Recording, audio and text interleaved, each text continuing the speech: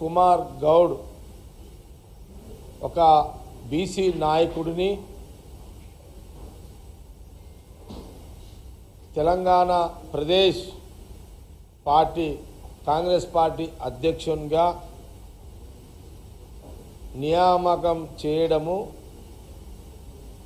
ఈ సందర్భంలో కొత్తగా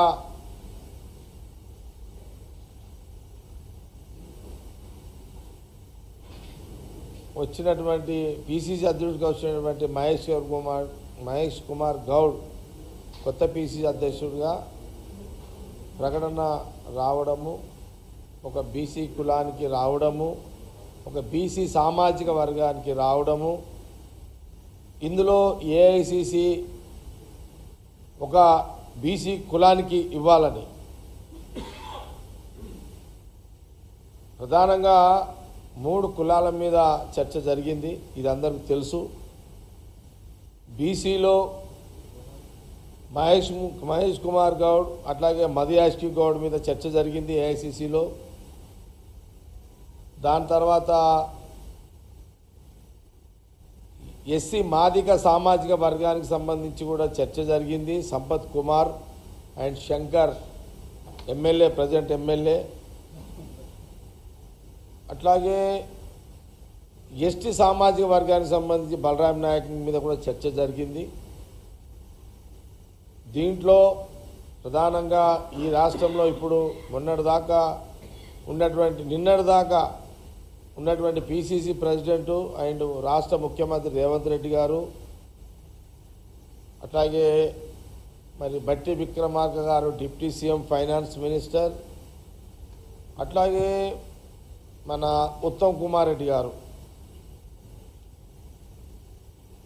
వీరి యొక్క అభిప్రాయాలను కూడా జోడీకరించి, వారి ఆలోచనలను కూడా జోడీకరించి ఇప్పుడు రాష్ట్రంలో సీఎంగా రెడ్డి సామాజిక వర్గం ముఖ్యమంత్రిగా రేవంత్ రెడ్డి గారు ఉన్నారు. కాబట్టి ఈ 3 కులాలలో ప్రాధాన్యం ఎవరికన్నా ఇవ్వాలి అనే ఒక ఆలోచనతో చేసిన తర్వాత ప్రధానంగా ఎన్ఐసిఐ నుంచి, యూత్ కాంగ్రెస్ నుంచి, మరి అంచెలంచెలుగా ఒక సామాన్య కార్యకర్తగా, మరి కాంగ్రెస్ పార్టీలో ఎన్ఎస్ఏ యూత్ కాంగ్రెస్ నుంచి ఒక సామాన్య కార్యకర్తగా మరి ఈరోజు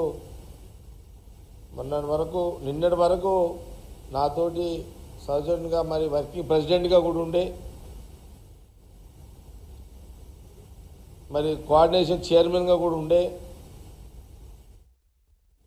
మొన్న సీఎం రేవంత్ రెడ్డి గారు అండ్ ఉత్తమ్ కుమార్ రెడ్డి గారు, బట్టి గారు, అనేక మంది సీనియర్ నాయకులు ఏఐసిసి అభిప్రాయంలో భాగంలో ఎమ్మెల్సీ కూడా వారికి ఇవ్వడం జరిగింది. అందరూ కూడా తెలుసు. ప్రధానంగా ఒక బీసీ సామాజిక వర్గానికి సంబంధించిన ఒక సామాన్య కార్యకర్తగా, ఒక నాయకుడుగా ఈరోజు అక్కడ సోనియా గాంధీ గారు, రాహుల్ గాంధీ గారు, ఖార్గే గారు, ప్రియాంక గాంధీ గారు, ఈ రాష్ట్రం నుంచి ముఖ్యమంత్రి రేవంత్ రెడ్డి గారు, ఉత్తమ్ కుమార్ రెడ్డి గారు, బట్టి గారితో పాటు ఇంకా చాలామంది సీనియర్ నాయకులను సంప్రదించి ప్రస్తుతానికి బీసీ సామాజిక వర్గానికి ఇవ్వాలని ఒక ఆలోచనతో మరి మహేష్ కుమార్ గౌడ్ని నిన్న పీసీసీ ప్రెసిడెంట్గా కేసీ వేణుగోపాల్ గారు డిక్లేర్ చేయడం జరిగింది. ఇదే కాంగ్రెస్ పార్టీలో ఆ సందర్భంలో మరి మహేష్ కుమార్ గౌడ్కి శుభాకాంక్షలు తెలియజేస్తూ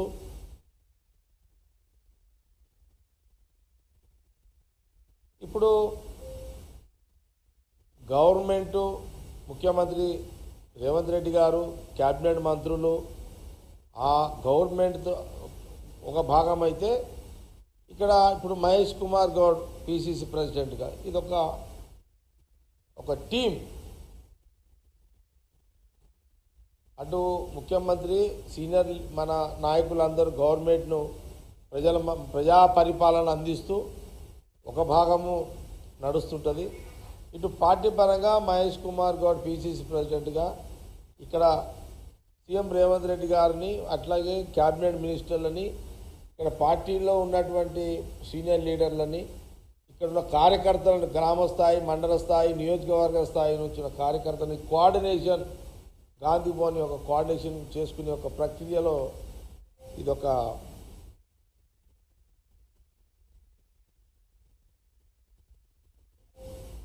కాబట్టి ఇది ఒక మంచి, అంటే జనరల్గా ఏంటంటే కాంగ్రెస్ పార్టీలో 2 సంవత్సరాలు 3 సంవత్సరాలు ఒకసారి 4-5 ఏళ్లకు పిసిసి అంటూ మార్పు ఉంటుంది. ఆ మార్పులో ప్రక్రియలో భాగమే మరి కొత్త పిసిసి నియమించడం జరిగింది.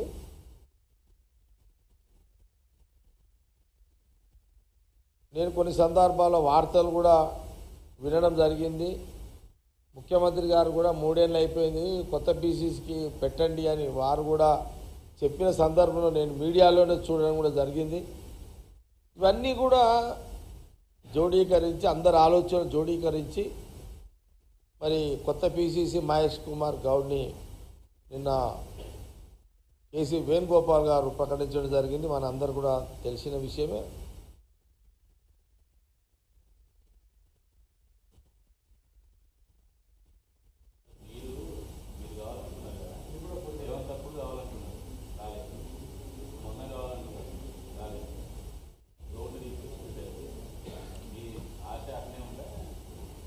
జగ్గారెడ్డి పిసిసి కావాలని అనుకోవాలనుకున్న దాంట్లో నా ఆలోచన, నా అభిప్రాయము ఎప్పుడు చేంజ్ కాదు. ఈ కాంగ్రెస్ పార్టీలో ఎవరికి ఎలాంటి ఎలాంటి ఆలోచన ఉన్నా స్వేచ్ఛగా చెప్పుకునే అవకాశము ఈ దేశ రాజకీయాల్లో ఏ పార్టీలో లేని ఒక అవకాశం కాంగ్రెస్ పార్టీలో ఉంటుంది. అందుకే చూడండి, బీసీలలో ఎవరికి పిసిసి కావాలనుకున్నా చెప్పుకునే స్వేచ్ఛ అనేక మంది చెప్పుకున్నారు.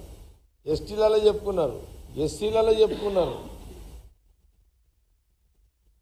మా రెడ్డిలలో కూడా చెప్పుకున్నారు. కానీ ఏఐసి ఒక డిసిషన్ తీసుకున్నది. ఇప్పుడు రెడ్డి సామాజిక వర్గానికి ముఖ్యమంత్రి రెడ్డి ఉన్నాడు కాబట్టి ఇప్పుడు రెడ్డి పిసిసి అవకాశం లేదు అని 3-4 నెలల కింద ఒక లైన్ తీసేసుకున్నది పార్టీ అధిష్టానం. అందులో బీసీయా, ఎస్టీయా, ఎస్సీ, మాదిగ సామాజిక వర్గం అనే చర్చ జరిగింది.